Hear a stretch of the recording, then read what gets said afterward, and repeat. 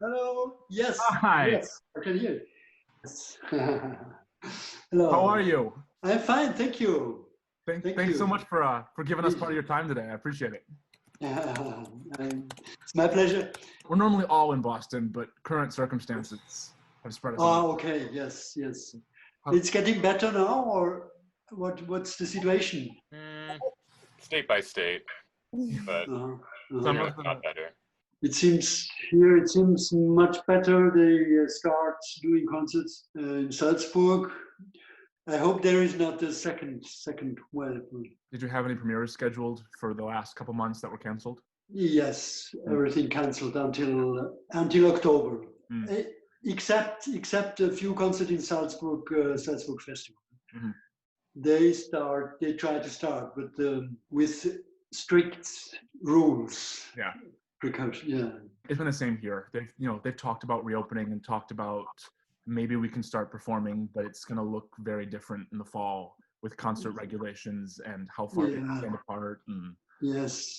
We'll see. Yes, I just talked to an orchestra in Amsterdam, the Concertgebouw, and they said they started playing concerts, but in front of 30 people in this huge hall with a big orchestra. It's crazy. It sounds like the curse of some new music, right? You have a bigger ensemble than you have an audience. Yes. So we've had some really wonderful conversations about your music. It's been a real privilege to sort of take a week and really dive into your writing. We spent a lot of time talking about the music theater works. And one of the first things we noticed was that the descriptions change. Sometimes it's music theater and sometimes it's opera. And I was curious how, in your mind, the difference between the two works. Yes, I mean, in general, I don't make a difference, but it's hard to translate the term Musiktheater. There is not an exact term, I think, in English. Music theater means something different. But actually, for me, everything based on the idea of going beyond the limits of music, of the words, of the staging is opera. If the human voice, is in the center of the action. And opera is, I mean, for me, the term is a very wide term, is telling stories in different ways. If you put a table on stage, somebody sits in front of a table, it tells you a story. And it's not necessarily love and murder.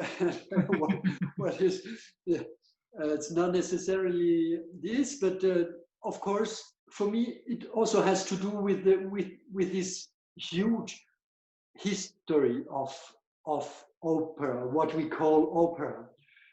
If you see the beginning of this genre, it's very fascinating for me to for example, Monteverdi, his first Orfeo, for example, it could go this way or that way. In that time, everything was still open, so it could develop also differently.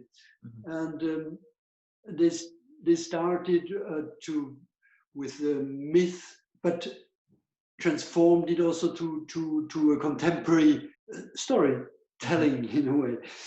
So this culture, for me, there is one thing I forgot to in this definition, which is if the voice itself, the quality of the voice itself, is telling you something also beyond the text.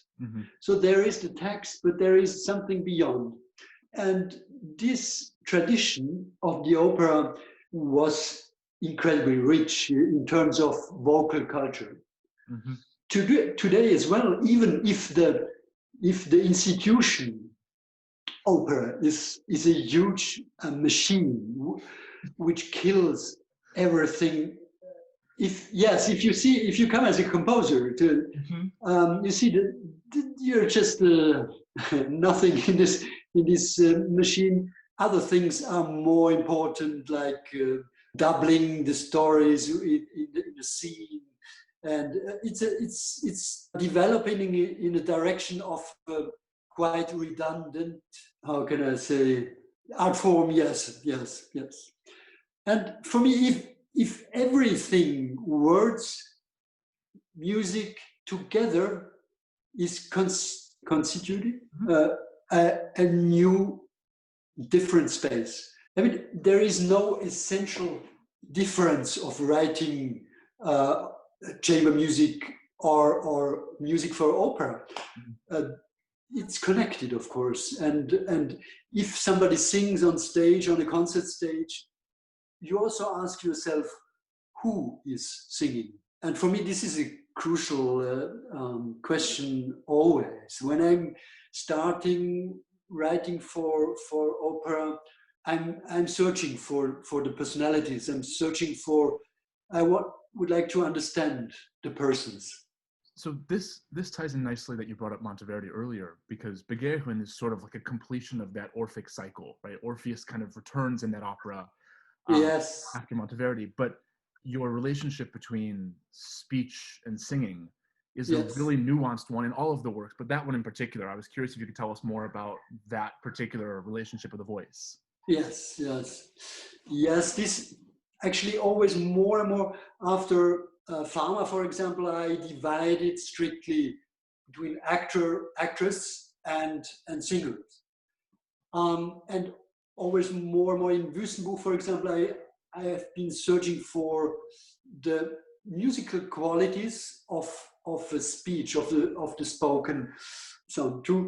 I analyzed the spoken language and tried to reconstruct it with instruments to create a resonance, and to avoid what I did not want to have is this melodramatic relation, because word is extremely strong. If you connect a sound with the words, you somehow turn these words into a certain meaning, and if this opens in this space of ambiguity, it opens a space for a theater of imagination, suggestion. Actually, that's for me, theater is the art of suggestion. Not to say everything twice, 3 times.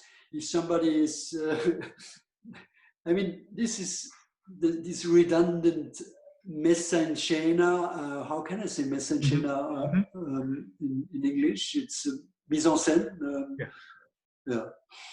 That sort of echoes what Lacan talks about as the stage is like the proscenium of the imagination, right? We pass through and are able on stage to to reimagine, to have a new understanding of our imaginations. Yes, exactly. Yes, actually, that's the most fascinating thing.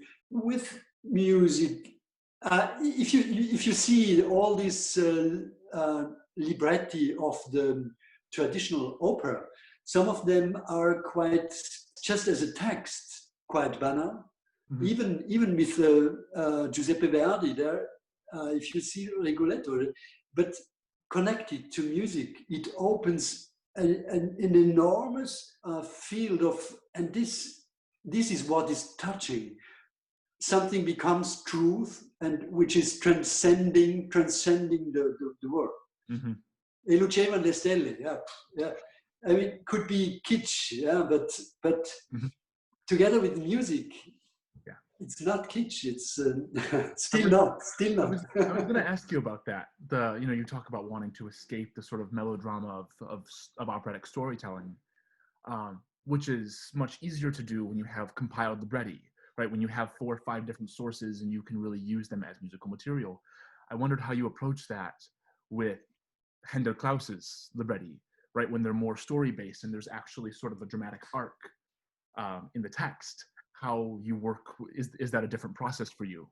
You mean based on different texts, or did I? Yes. if I look back now to those works, I see a certain direction towards. I mean, the last work was Violetta Schnee, and now I'm starting slowly with another one, but a direction towards a homogeneous text. What I did before mostly is a sort of, I was searching around a certain thematic focus, searching texts, and then I was deciding for language. I was working on this libretto myself. For me, the composition was always also working on the text. And the libretto was not finished when I started composing. Of course, you can say opera is always also a teamwork. There is a director, there is a writer, and you have somehow also to take the risk to ask a writer, please, I would be interested in this or that, and could we collaborate? But it's a high risk, as I learned. It's easy to understand each other if you meet, but the collaboration is something very, very delicate. Also, in the sense of a certain what is Widerstand? Resistance. Resistance, exactly. Yes, exactly. Thanks. If you have a homogeneous libretto, it can, for example, with Violetta Schnee, I had it on my table for 2 years or 3 years, and the story was fantastic. The story by the Russian writer Vladimir Sorokin. Yeah. Yes, but something with the language, it might have been the translation, was not, I could not get an access to it. It was much too complex. There were 100 stories, big opera stories. And then I have written an email to Vladimir Sorokin, and I said, I'm sorry, I can't get an access to the text. I always more and more I got a little bit nervous because I had to start working. And then he wrote back and said, you are the author, take the sizzles and throw away what you don't need. Yes, that's a very generous statement, so that's fantastic. And I tried to reduce, and finally I found myself in a desert of everything is possible. Yeah? I mean, it was not a solution. Yeah. And then another friend, Hendrik Klaus, I worked with him, Wüstenbuch. He called me for another thing, and he wanted to know what I'm doing. And I said, I'm in a very bad situation. I should start working in opera, but I can't. And he said, I will help you. In 1 month, you will have a libretto. So, and he saved.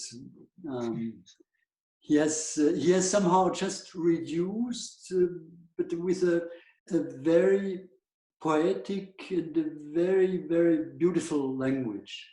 So the next step actually was, I was searching for something like a broken language. I was searching for not beautiful poetic language, something more like a broken language.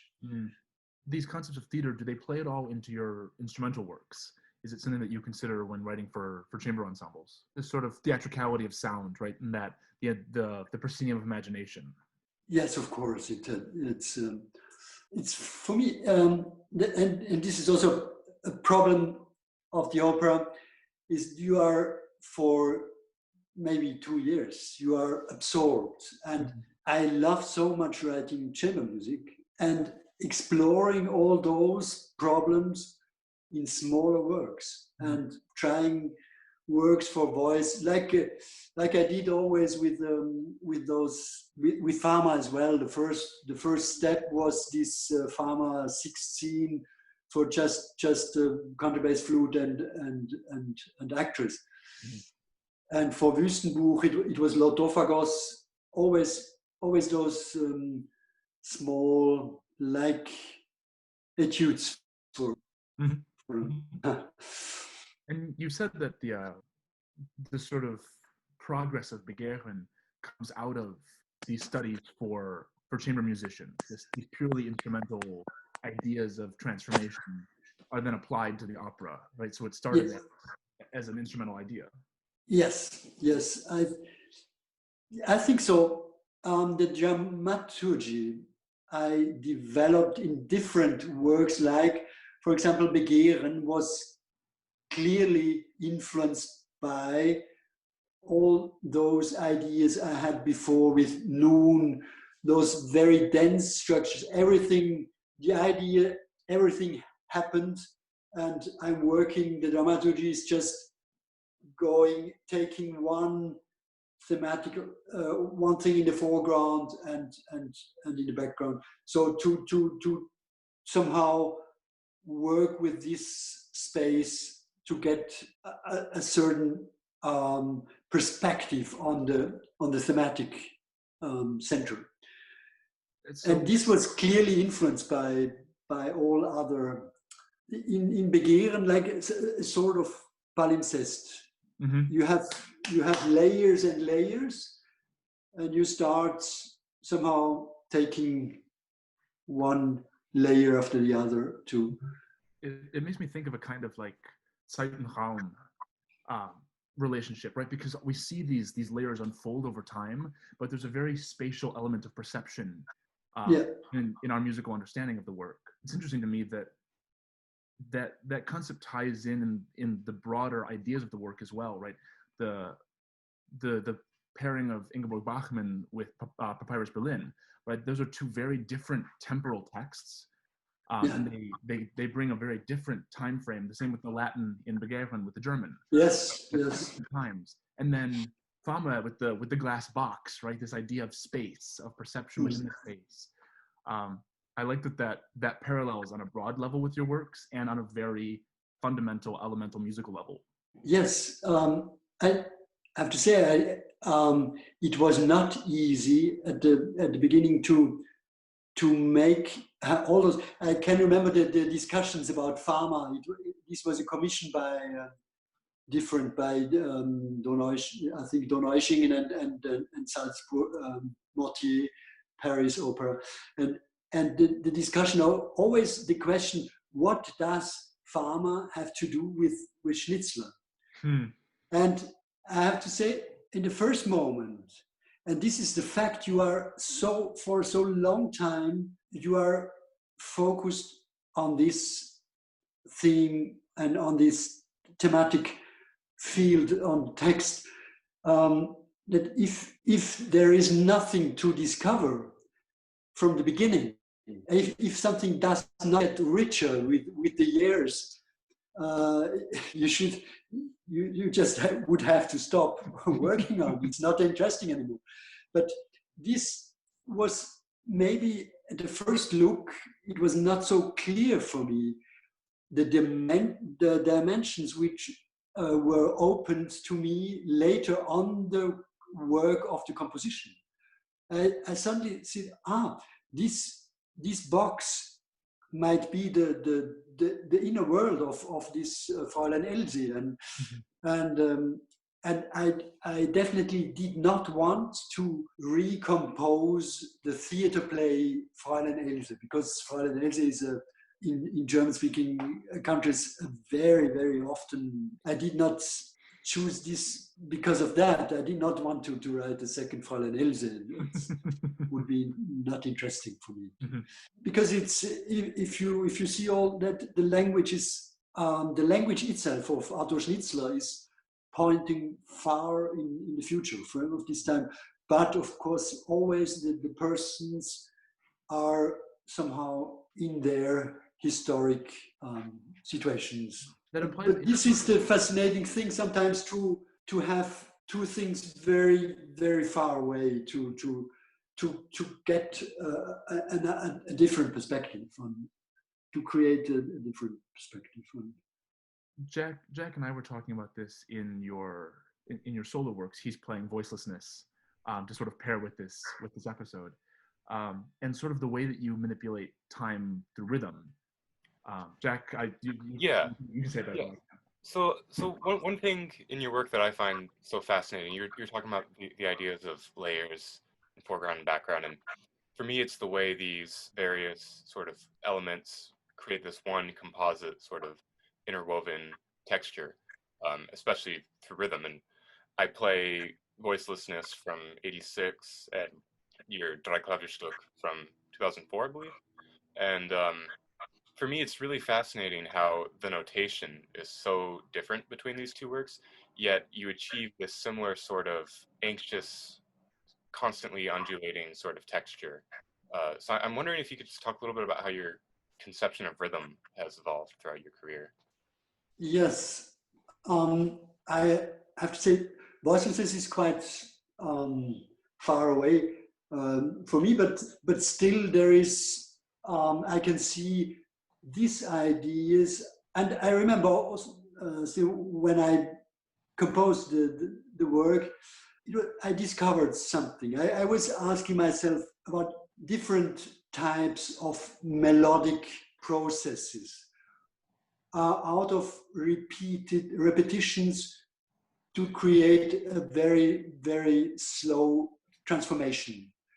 And that's how I came to this bell-like structure, which creates different melodic possibilities. It's not one melody, it's something like a melody in statu nascendi, in an emerging melody. It's like the bells. There are not one melody, but more, hundreds, because the rhythmic structure is always slightly changing, but depending on physical necessities.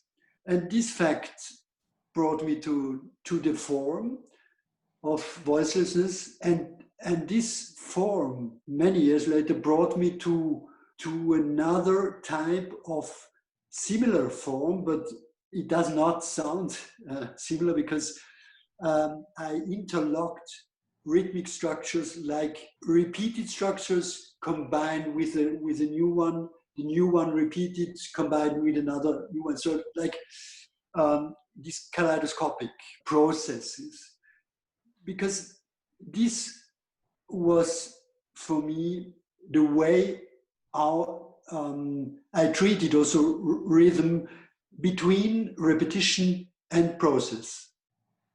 For example, very obviously in noon, I have many regular impulses, like regular beats, regularity, and on the other side, a gesture of a spoken sentence. There I have chosen as one sentence, and I have fixed it rhythmically, and the rhythmic structure is always shifting between regularity and spoken gesture, gradually shifting. So, and later on in these kaleidoscopic forms, for example, also in Violetta Schnee, I used this as a possibility of a dialogic form which defines each voice with a certain sound quality. But it is actually this dialectic between repetition and process, permanent transformation. And actually, it's also connected to the harmonic idea of a constant shift. There is never a point where or there's no arrival. There's no arrival. Yes, exactly. Yes. And your concept of harmony has been fairly spatial as well. right, in these sort of like transformations between chords over time. Yes, It has a very spatial element to it. that's true. That's I remember I started very early with and the result was an early work called Gaspar to calculate these transformations with a computer. At that time, we didn't have laptops. I had to write a computer program for this shift of the rhythmical patterns. And the same I have been doing at that time also with the harmonic structures, to have simple homogeneous structures of added intervals and to transform them in different so this idea was later actually transformed to in Violetta Schnee to connect it with spectral sounds without fundamentals. So there is always different patterns of fundamentals repeated, but the position of the overtones is changes. So I have been searching for the smallest intervals to the next overtone, and the result is somehow not only a spectral sound, but sometimes it's you hear if you have a high overtone in the as the lowest, of course you have more the idea of a multiphonic, not anymore of a spectral, no fundamental. You don't hear the fundamental. So I have just we've talked about your relationship to literature in your theater works, and just sort of as a closing question, I'm curious, have you been reading anything good during lockdown? Yes, many things.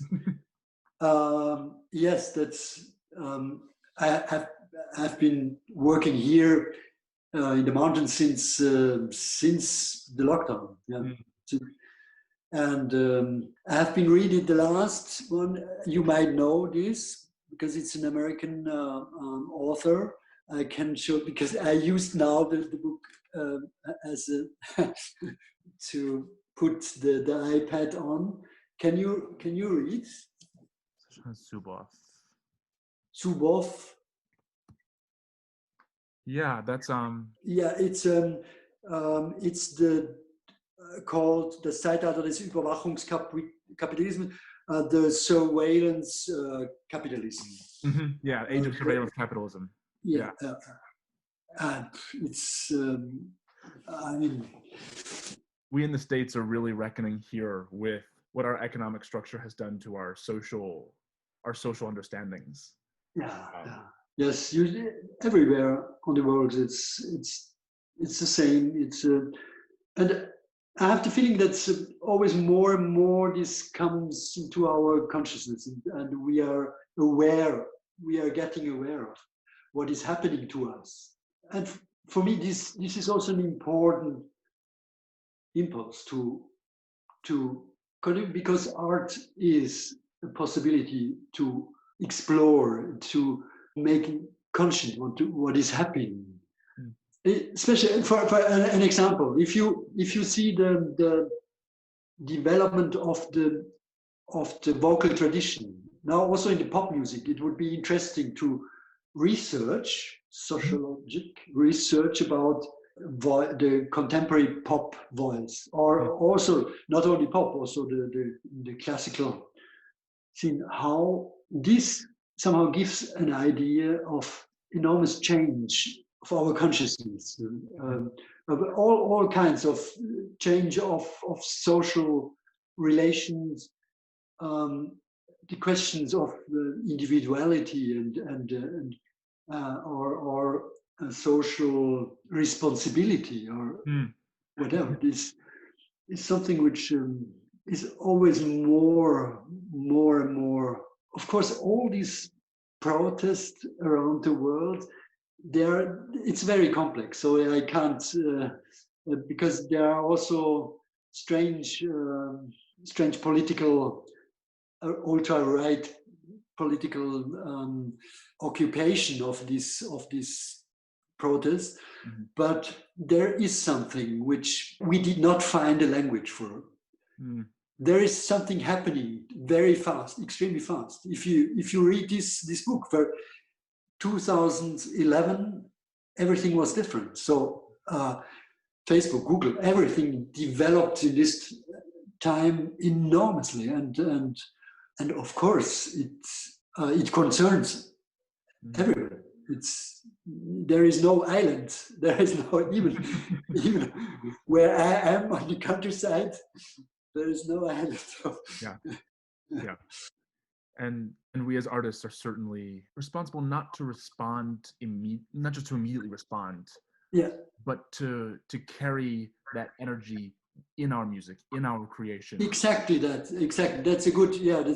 Well, Beat, thank you for giving us 40 minutes of your time and for sharing your thoughts with us. It's been such a privilege. It was a pleasure to meet you, and if you need anything, thank you so much. You're welcome. This has been so much fun. We'll talk to you soon. All right. Yes, would be nice. Yes. Thank you. Thank you so much. Okay. Bye. Thank you. Thanks so much for tuning into this week's episode of Everything But the Kitchen Sink. We hope you enjoyed it. If you'd like to hear more, you can find all the episodes of our summer series on our YouTube channel and our website, alineaensemble.org. Also, be sure to check out our social media profiles for more information and previews of upcoming episodes. Our handle is Alinéa Ensemble. Please feel free to share today's episode with anybody you think might like it, and don't hesitate to reach out if you have any questions or comments. Stay tuned for more episodes of Everything But the Kitchen Sink, released every Friday at 1 p.m. Eastern Time. And as always, we hope you are all safe and well. See you next time. I really sometimes I think, I'm actually asking myself, I'm like, do I have rage? And then I'm like, I'm having rage that I don't have rage. I'm like, why don't I have rage? What's wrong with me? Should I have more rage? I don't have rage. Do I feel sad? Yes. But I don't have rage.